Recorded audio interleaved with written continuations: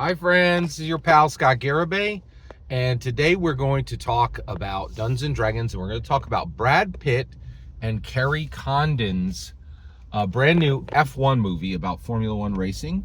I previously said her name was Kelly Conroy, I think. Her name is Kerry Condon, and she plays a female engine designer in the film. Does an excellent job. I just wanted to correct that name there. And what I want to talk about today is this is an extremely helpful movie to me because it really helped me think about Dungeons and Dragons and its competition. And I think if you think about Dungeons and there's a great part in the movie. By the way, no real spoilers for F1 in this. But there is a point in the movie where Javier, and this is in the trailer, so it's not a spoiler. So Javier Bardem, the team owner, says to Sonny Hayes, Brad Pitt's, he's like the main driver. He's one of the main drivers. Damson Idris is the other main driver on the team. And that is correct. F1 teams have two drivers. F1 teams put out two cars, which is really interesting. And this movie looks at what teamwork looks like in a singular sport. It's, because there's only going to be one winner, right? So it's a fascinating film. But Javier Bardem says to Brad Pitt, he's like, if you come to Formula One racing, if you win, you can say you are the very best in the world. And that is true. Formula One racing isn't like any other, it's not like any other league. And this is my point. Dungeons and Dragons doesn't function like any of its competitors.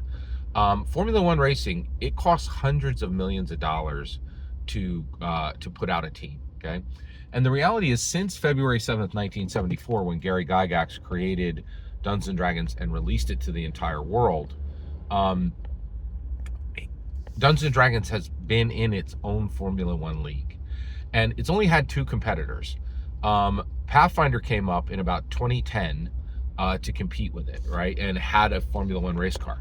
Where did they get that Formula race car? They literally stole it from Wizards of the Coast garage. It was like, it was 3.5. Pathfinder was nothing but 3.5 with a very thin skin over it, right? They barely, it's like one of those stolen bikes where they just like spray paint over the gears and over the over the handlebars, and like it was not even covered well that it was just 3.5.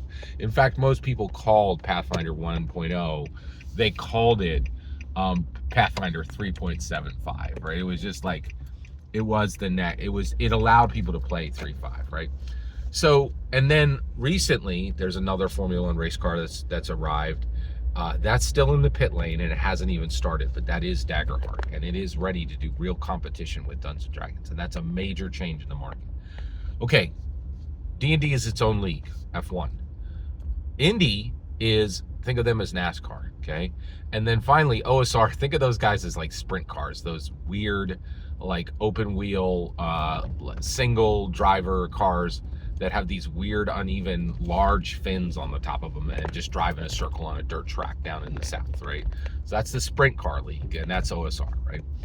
But I think it's extremely important to understand this, that Dungeons and Dragons is literally the best in the world. And Formula One racing doesn't just help. It's not about cars going around a track. Like, the engineering on it is so astonishing.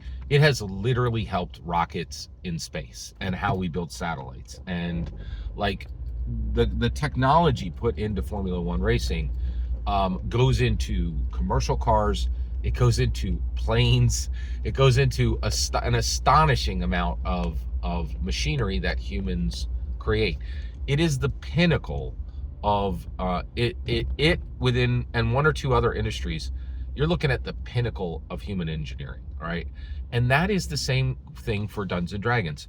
And Dungeons and Dragons is in the same zone in that billions have been invested in it, and it doesn't really compete at all with anything else, right? There are billions of dollars that have been invested in Dungeons and Dragons from 1974 till now. The layout, how it deals with narrative, how it deals with identity, how it deals with intellectual property, how it deals with lore is so much more advanced, right? And like what's happening on OSR is like, like guys who drive sprint cars, those guys have those in their backyard and put it on a trailer and literally haul it out of their field, right?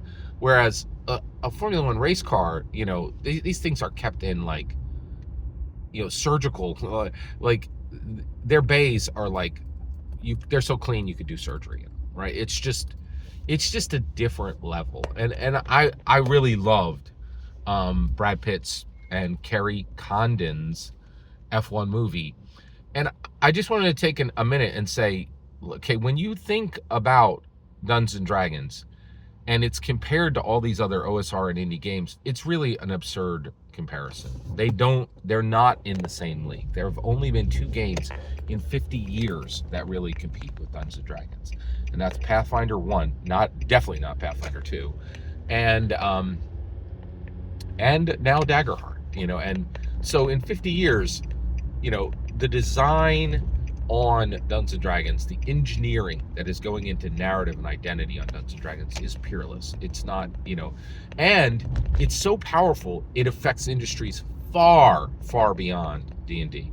Dungeons, and that's not just me saying it. Like, ask anybody who actually, there was a video game magazine years ago that had top 100 video games of all times, and they listed Dungeons and Dragons, the tabletop role-playing game, as number 1 because the effects of Dungeons and Dragons on the video game industry are so profound, right?